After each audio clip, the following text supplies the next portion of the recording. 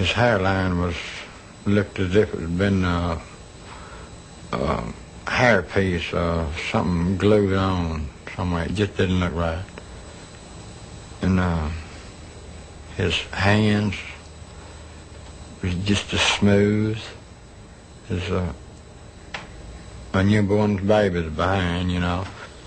And it seemed like it was sweating on around his hairline.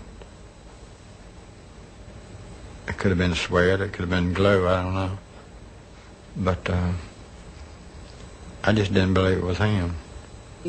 Maria Columbus, co-president of one of the oldest Elvis fan clubs, was shocked by the news of Elvis's death. She immediately contacted Elvis's father, Vernon Presley. And he asked us not to come out, that he wanted us to come to Memphis a week later. He said that it was too hectic, there were too many people, the press was there, all family members that they had ever acknowledged were coming to Memphis, and that it would be more quiet and more beneficial for us to talk to him a week later. So we agreed.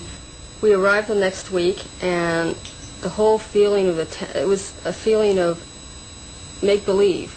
It was unreality. When we went to the mausoleum, it was an atmosphere of a carnival. There were people selling popcorn and soft drinks. There were people running up and down, and people standing in front of the doors of the mausoleum posing for pictures with the security guards. It didn't feel real. It felt like it was a game. And we didn't feel that Elvis's spirit was there.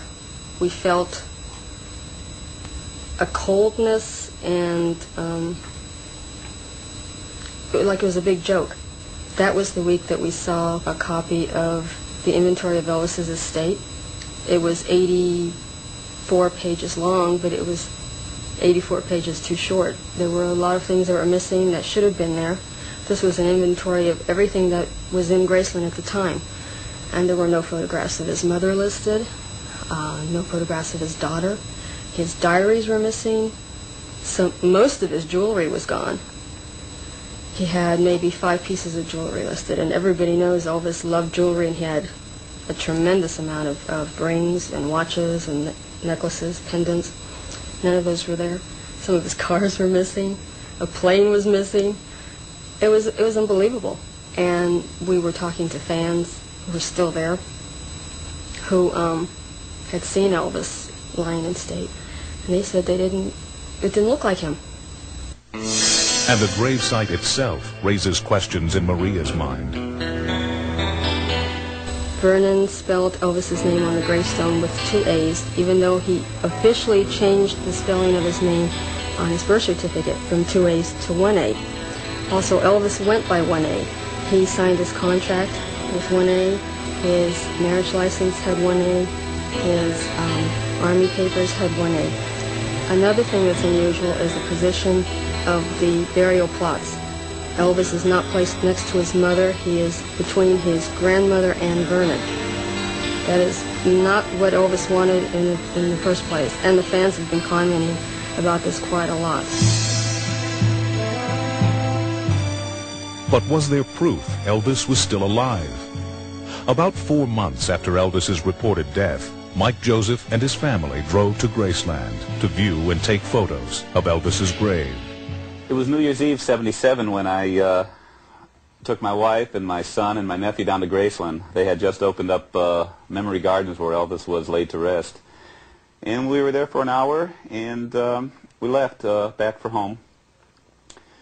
Had the pictures developed and looked at them, put them away.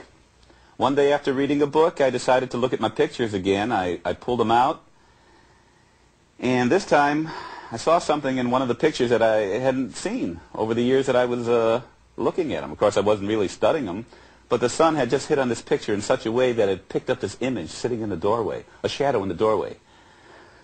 For curiosity's sake, not that I'd know who was there, I wanted to see what it was. I took my son's magnifying glass, put it on the picture, started pulling it away from the picture to get a good visible view of it, and I was just shocked. I could not believe what I saw. My God, I had Elvis Presley sitting in the doorway, looking out at the fans walking past his grave.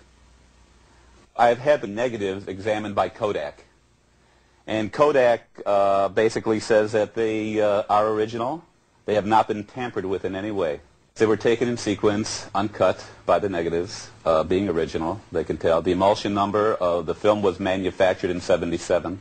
Each roll of film that is manufactured has a manufacturing date on it in the emulsion number.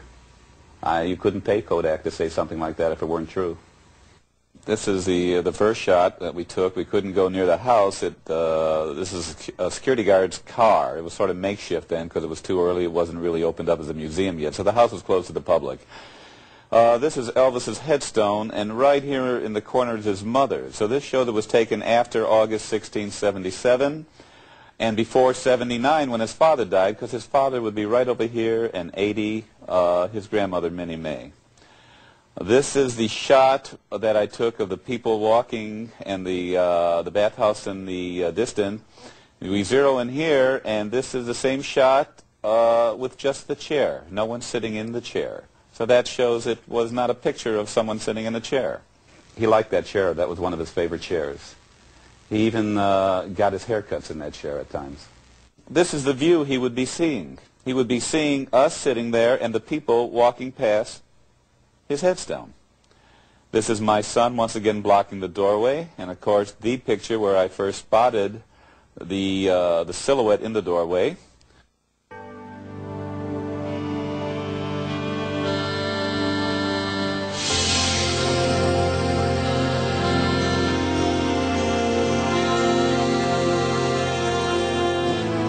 Monty Nicholson also saw a picture, allegedly taken after Elvis's death. I had a co-worker who in passing one day told me that he used to work for Elvis Presley, and he had some pictures that I might be interested in.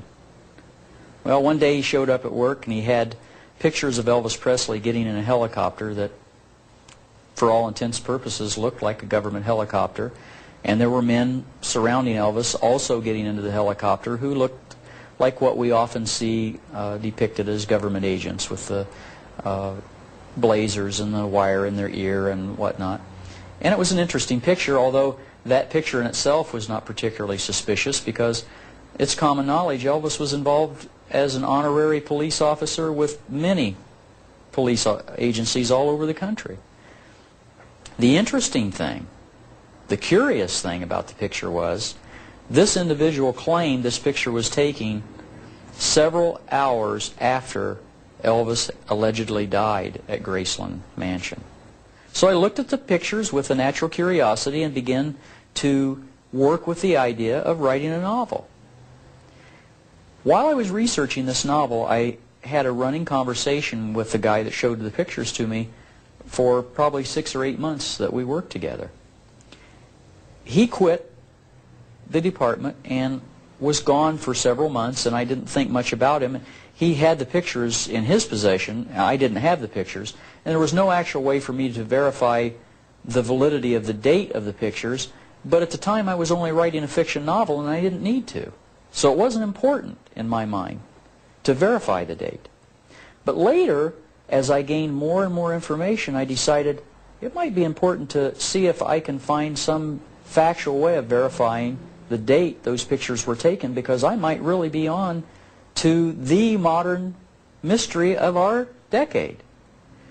So I tried to recontact this individual, and when I found him, he denied ever showing me the pictures. He denied any past affiliation with Elvis Presley. And I told him at the time, I said, wait a minute, I'm not crazy. I remember our conversations, and I remember them very well, and I need to meet with you and talk to you about this. Are you willing to do that? He agreed. He gave me an address and a phone number where